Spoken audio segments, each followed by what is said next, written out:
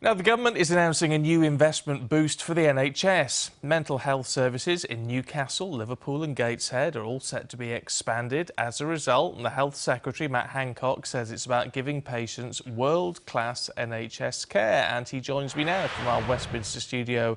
Good morning to you. I know we're talking about, the best part of £1 billion of investment in these services. And I've got to say, while a lot of people will say, great, it's really good that this investment is going in, the rest of the population may say, well, why, as it says in one of the papers this morning, are we still having to wait 3 weeks to see a GP? Well, of course, we need investments across the board, the NHS, and that's what we plan to do. Today's news is of £1 billion of capital projects, building projects essentially, for more mental health services, also a new children's hospital in Cambridge that'll give cutting-edge, world-class care to sick children, and also improvements to A&Es around the country, because there's obviously pressures on A&Es, especially over the winter. Now, there's the need too for more GPs. That's less about the capital improvement and the buildings. It's more about getting the people, and we've got a record number of GPs in training.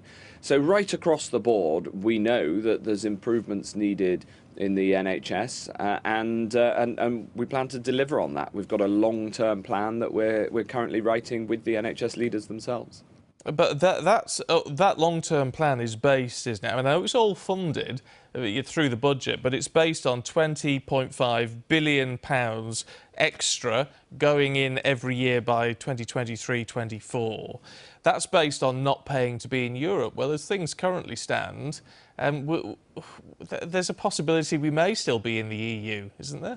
Well, that money is guaranteed in all Brexit scenarios. It's the decision of the government that the NHS is our #1 spending priority. I mean, that reflects both the needs of the service and also the wishes of most people. Now, of course, the best way to both deliver on the vote in the referendum and also to ensure that our economy stays strong and we stay economically close to Europe is to support the Prime Minister's deal. And this is one of the arguments I'm making ahead of the vote on Tuesday, is that both a no-deal scenario has difficulties and won't be good for the economy, but also we've got to deliver on the vote in the referendum, and therefore the best thing to do is to vote for the Prime Minister's deal. Whilst we're still conflating the two issues, well, everything was conflated with Brexit, can I ask you about the Green Paper on social care that was due to be published before Christmas? And obviously social care is a hugely important issue. With everything that's going on before Brexit, you're not actually going to be able to get that out, are you? Well, that work's going on. In fact, it's very mature, very well advanced. This Green Paper has been a long time in the coming, and I want to make sure that the details are right and that we get and that when we publish it, it gets the attention and we can have the debate that it deserves. And as you say, there's an awful lot going on in Parliament at the moment, so there's a bit of a pressure on parliamentary time. So we'll see whether we can get it out as we said we would before the end of the year, or whether it needs to slip into early January. In a way, what matters most is that we have a long-term solution, again, to the social care challenges. These are challenges that haven't grown up overnight. This has been debated for 20 or 30 years, how we put social care on a sustainable footing. I'm confident that when the paper is published, it'll show that we can make some real progress towards that. It has to be done on a broad consultative, broadly consensus basis, because these sorts of problems, like with the funding of social care, a bit like the funding of pensions, are best done when all parties come together for an agreement, and so that's the basis that we're working on it. In terms of Tuesday then and the Brexit vote, is there any point, I mean, in all honesty, of ploughing ahead, knowing you're heading towards a massive defeat, rather than actually taking a step back and seeing what can be changed or whether there can be any renegotiations? Graham Brady, chair of the 1922, so Graham says, why plough ahead if you know you're going to be defeated? Well, the Downing Street have been very clear that they are holding the vote on Tuesday. We've already started the debate that runs towards that. And what I'd say is that if you listen to that debate, it's increasingly clear that the best option is to vote for the deal. I think that's what should happen on Tuesday night. I think everybody should vote for the deal because it's in the national interest. It's the best way forward. Well, yes, well, I mean, that's your opinion from listening to the debate. If you actually clock up the figures of who says what, when people make their voting intentions clear, it's actually stacking up against you, isn't it? And isn't that what the Prime Minister was told last night at the meeting of ministers that you attended? I didn't see the Prime Minister yesterday, so I don't know what meeting you're talking about. But what I do know is what I think is the best way forward through this great debate. There's not another option that commands the majority of the House of Commons, and more importantly, there isn't another option that's better. A second referendum would be divisive. Can you imagine, given the divisiveness first time round, if we then went back to people? But it wouldn't be decisive because we said that this should be the only referendum.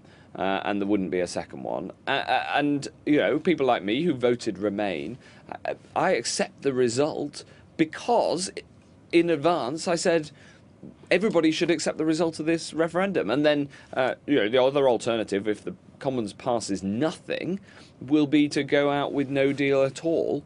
And I think that is extremely difficult and not good for the economy and would have some very serious repercussions. And so we should vote for the deal because that's the best thing on the table. Yeah, OK, the problem is with this, and it is hugely confusing. I mean, you know that, and you're involved in the discussions to the sort of nth degree when it comes to all these sort of things. For most of us, it's all a huge confusing mess. And what people want to know is when the sums say the Prime Minister, the government is going to lose this on Tuesday and lose it pretty substantially, maybe by up to 200 votes, then people want to know what's Plan B. What is anyone gearing towards? What will happen next? Are we looking at renegotiating? Are we looking at no deal? Are we looking at a general election even, which is being talked about here? What is the next step if this doesn't go through on Tuesday? Well, a general election I think would be terrible in this current circumstances. When we're leaving the European Union at the end of March, and we need to deliver on the commitment in the referendum. And so you asked me about all the other options, and I tell you this from the bottom of my heart: this is the best option on the table. It's the right thing to do.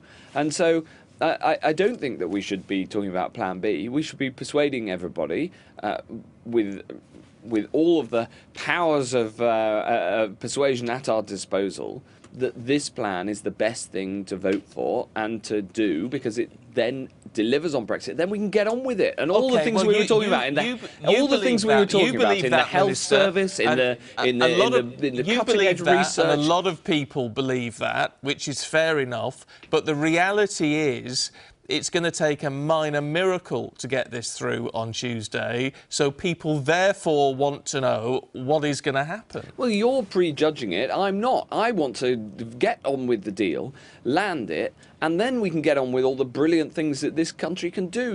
We were talking about improving the health service. We can get on with that. We can concentrate on making sure we provide more and better paid jobs. We can get on with all the housing reforms that we want so people can afford a home in the way that they need to. There's the cutting edge research agenda. We could be the global leaders in new research, in artificial intelligence, in genomics. So this week we passed 100,000 genomes sequenced. And that's a revolutionary technology. There's amazing things that are on the horizon that we can grasp. And what we need to do is back the deal, settle this Brexit issue, and then get on with it.